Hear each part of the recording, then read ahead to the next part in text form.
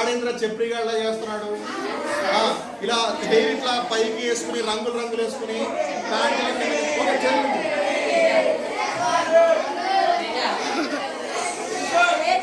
Okay okay okay. ఇప్పుడు మీ అందరికి ఒకటి చూపిస్తాను. అప్పుడు ఇందాక నేను హిస్టరీ ఎందుకు చదవాలని మీకు తెలుస్తుంది.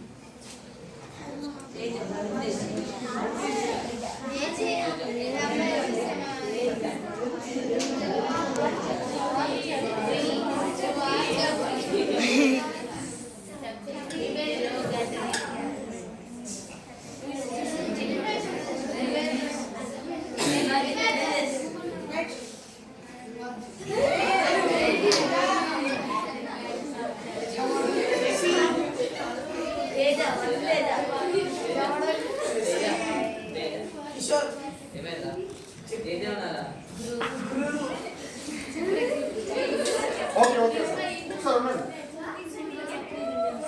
కామ్గా ఇట్లీ లైన్ చదవండి. కామ్గా అన్నాను.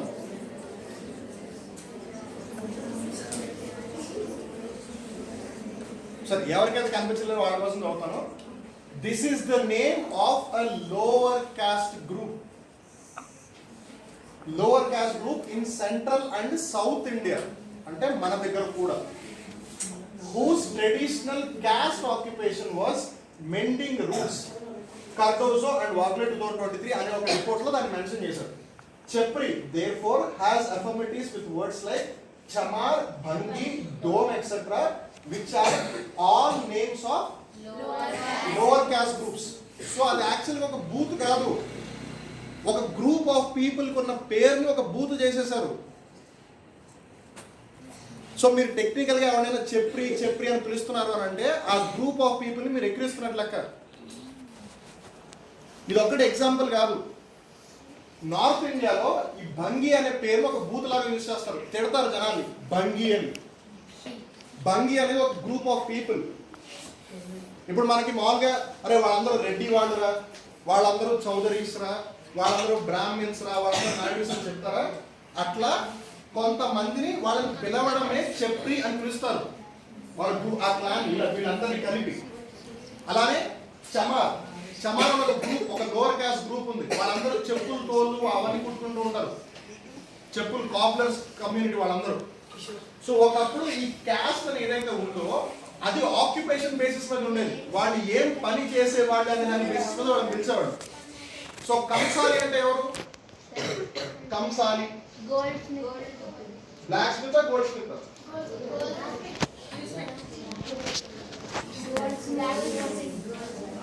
సరే అది మీరే కనుక్కుని నాకు తర్వాత చెప్పండి. కంసాలి అంటే బ్లాక్ స్మిత్, గోల్డ్ స్మిత్.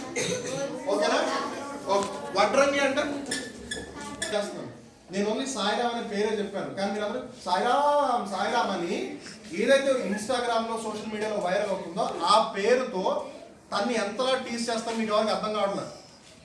ఆ పర్సన్ క్లాస్ రూమ్లో నుంచుంటే వెనకాల నుంచి 79 మెంబర్స్ సాయిరామ్ సాయిరామ్ అని టీజ్ చేస్తుంటే ఆ పర్సన్కి ఎలా ఉంటుందో ఒకసారి ఊహించండి. మీ పేరుని ఎవడైనా బూత్లాగా వాడితే మీకు ఎలా ఉంటుందో ఒకసారి ఊహించండి. సో అందుకని అవతల వాడిని డిస్రెస్పెక్ట్ చేయాలనుకుంటారంటే ఇలా హిస్టరీ తెలుసుకుని ఉండాలి. అలానే మీలో ఎవరైనా మీ పేరెంట్స్ ఎస్పెషల్లీ మమ్మీ డాడీ వాళ్ళు అరే పాకి వెధవా తిట్టడం విన్నారా? ఎవరైనా ఒక్కరు అట్లీస్ట్? నో. నువ్వు విన్నావా? లేదా? నా చిన్నప్పుడు మా ఇంట్లో అమ్మమ్మ వాళ్ళు నానమ్మ వాళ్ళు పాకి వెధవా అని వేరే వాళ్ళని తిట్టేవాడు. కానీ పాకి అని వీళ్ళ ఒక గ్రూప్ ఉంది, మాన్యువల్ స్కావెంజింగ్ చేసే గ్రూప్. అది మాన్యువల్ స్కావెంజింగ్ అంటే మన హ్యూమన్ ఎక్స్క్రీటా ఉంటుందా దాన్ని తీసుకుని వెళ్ళేవాడు. ఇప్పట్లో అంటే డ్రైనేజ్ సిస్టమ్స్ ఇవన్నీ వచ్చాయి కదా, ఒకప్పుడు అవి లేవు కదా. సో అలా హ్యూమన్ ఎక్స్క్రీటా ఎక్కడ ఉండిపోతే దాన్ని తీసుకుని వెళ్ళేవాడు. సో మనందరికీ హెల్త్ ప్రాబ్లమ్స్ రాకుండా మన సరౌండింగ్స్ ని క్లీన్ చేస్తూ ఉన్న వాళ్ళని పాకి వెధవాన్ని బూత్ చేసేసారు, దాన్ని తిట్టేస్తున్నారు తెలియకుండా. సో అప్పుడు వాళ్ళకి ఎంత డిస్రెస్పెక్టింగ్గా ఉంటుంది, ఎంత అనాయంగా ఉంటుంది ఊహించండి అసలు. సో అందుకని వాళ్ళకి రావాల్సిన వాళ్ళకి ఇవ్వాలి అని అంటే వాళ్ళు ఏం ఎక్స్పీరియన్స్ చేశారో మనకి తెలియాలి. సో అందుకని హిస్టరీ తెలుసుకోవడం ఇంపార్టెంట్. సో అట్లా ఇవి చదివి మీరు ఐఏఎస్ అవ్వచ్చు. ఓకే, అండ్ వలన ఐపీఎస్ అవ్వాలన్న సిలబస్ సేమే, ఎగ్జామ్ సేమే, అంతా సేమ్. సో క్లియర్ ఇక్కడ వరకు?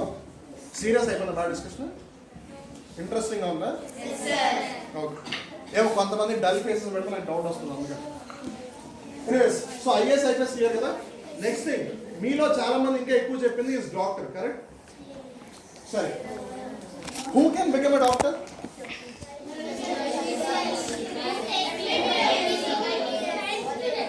ఎంపీసీ తీసుకుంటే అవుతారా, బైపీసీ తీసుకుంటే అవుతారా, ఎంబైపీసీ తీసుకుంటే అవుతారా? Okay.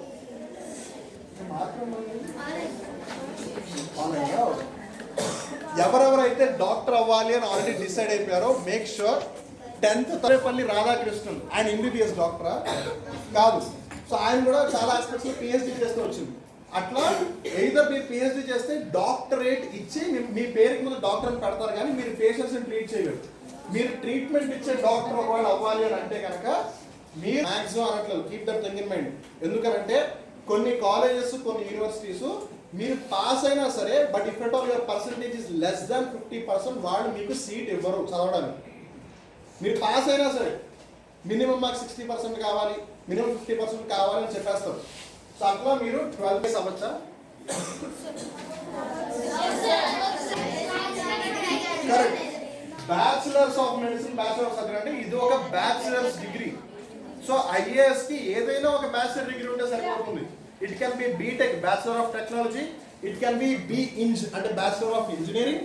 It can be MBBS, Bachelor of Medicine and Bachelor of Surgery. It can be LLB, Bachelor of Law. It can be Bachelor of Literature. It can be Bachelor of Architecture. It can be Bachelor of Arts. It can be BCom, Bachelor of Commerce. It can be BSc, Bachelor of Science. It can be BSc Agri, Bachelor of Science in Agriculture. It can be Bachelor of Veterinary Science. It can be Bachelor of Fishery Science. It can be Bachelor in Archaeology. It can be Bachelor of Fine Arts. It can be Bachelor of Multimedia. ఏదైనా ఒక bachelor degree చేస్తే చాలు. So అందుకని IAS అనే గోల్ని మీరు పెట్టుకునే mean while మీకున్న secondary passion ఏంటో మీరు ఐడెంటిఫై చేయండి. ప్యాషన్ అంటే ఎంతమందికి ఆ వర్డ్ అర్థం తెలుసు? ప్యాషన్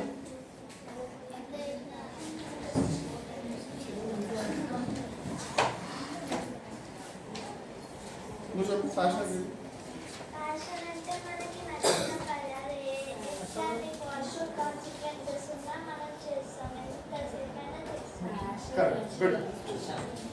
సో ప్యాషన్ అంటే bike passion promo, passion plus ఆ ప్యాషన్ కాదు.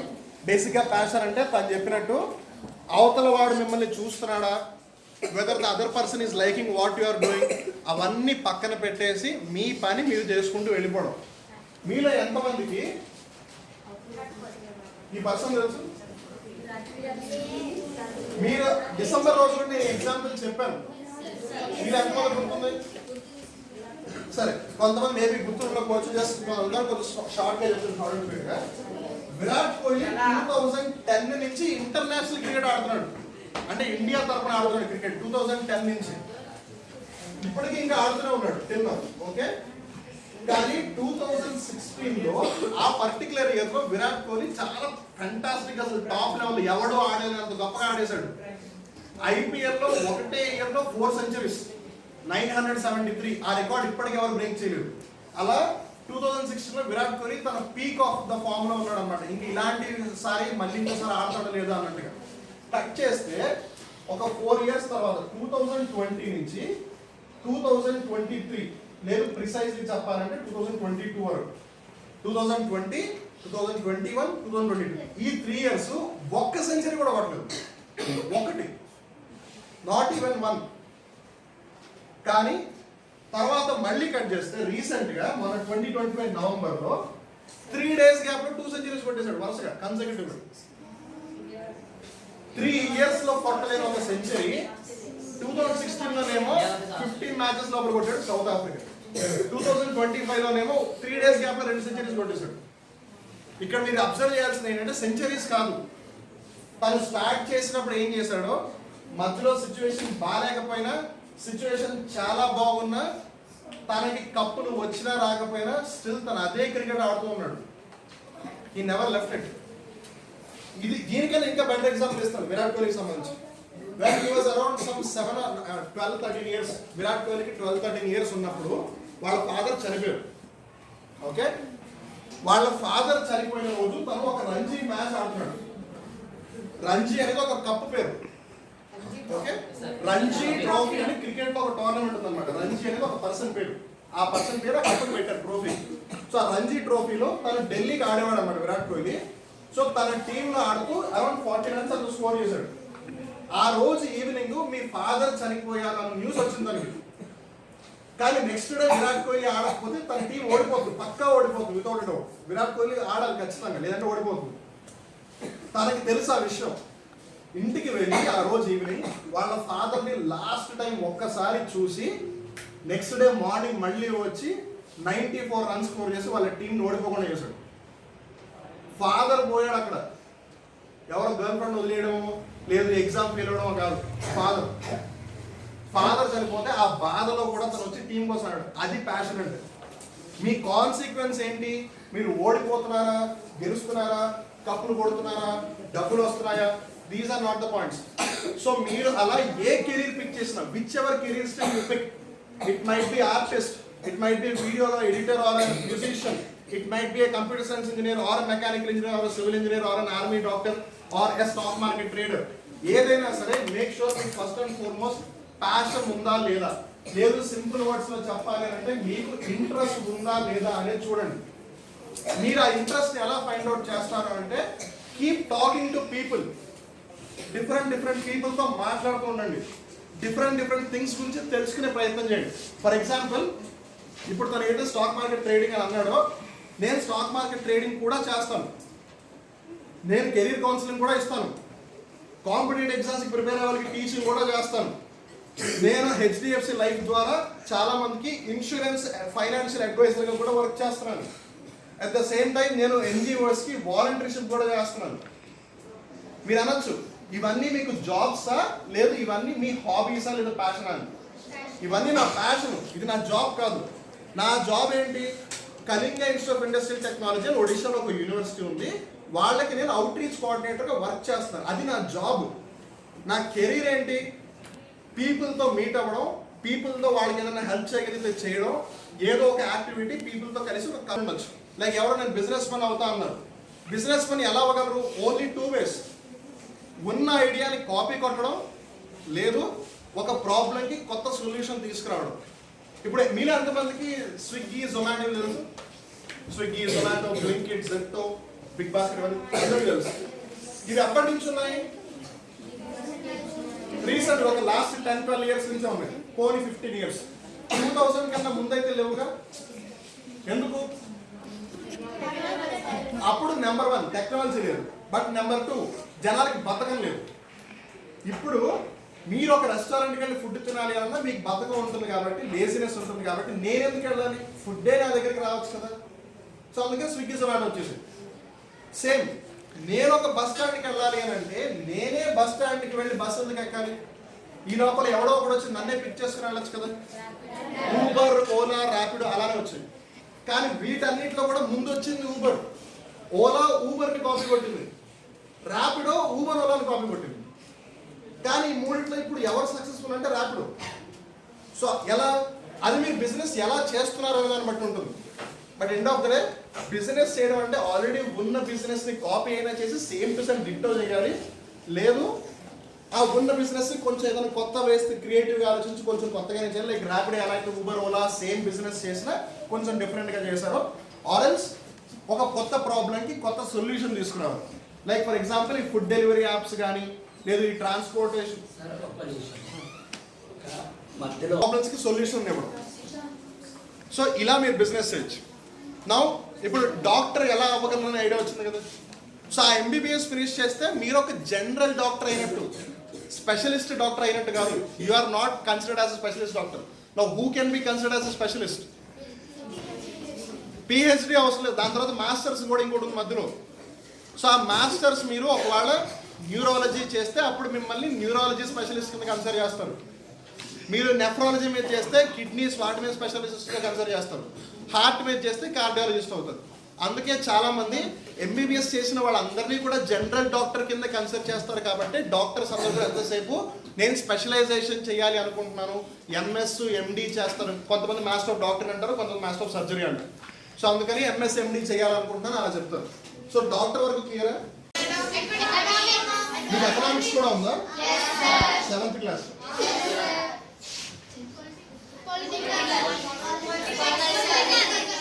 సివిక్స్ కదా,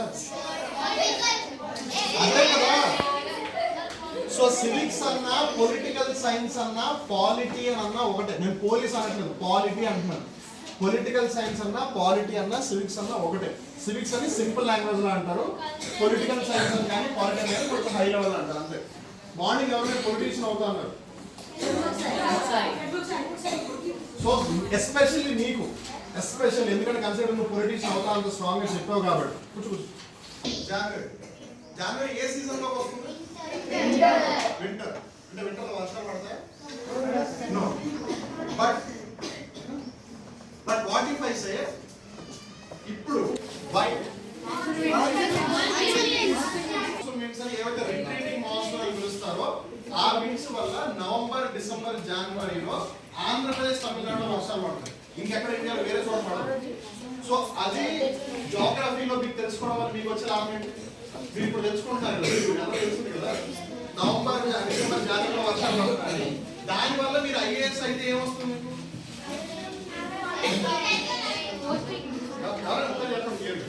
పీపుల్ కి డిసెంబర్, జనవరిలో కూడా వర్షాలు పడతాయనే సంగతి వాళ్ళకి తెలియదు. ఐఏఎస్ వాళ్ళకి చదువుకుని వాళ్ళకి ఐడియా ఉంది కాబట్టి they will give that information to common people. So వర్షాలు పడుతున్నాయి, జాగ్రత్తగా ఉండండి. Especially for farmers who are not well prepared. వాళ్ళ ఏముందిలే ఓన్లీ రెయినీ సీజన్ లోనే కదా వర్షాలు పడేవని ఖాళీగా కూర్చుంటే పంట మొత్తం పోతుంది.